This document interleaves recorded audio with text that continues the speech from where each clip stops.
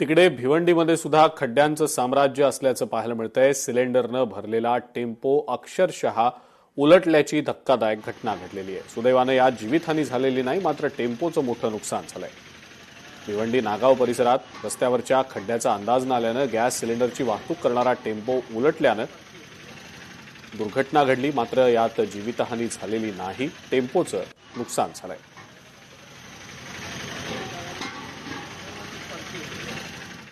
मुंबई गोवा महामार्गाच्या कामात हलगर्जीपणा कसा आहे हे सातत्यानं समोर येताना दिसतंय।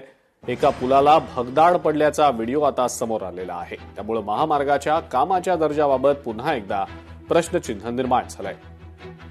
वडखळ इथल्या पुलाला भगदाड पडल्याचा व्हिडिओ समोर आलाय।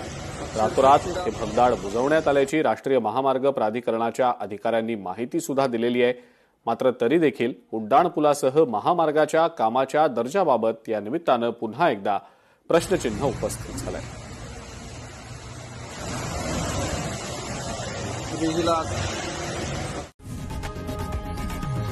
लोकशाही मराठी ऐका, पहा, जागरूक रहा।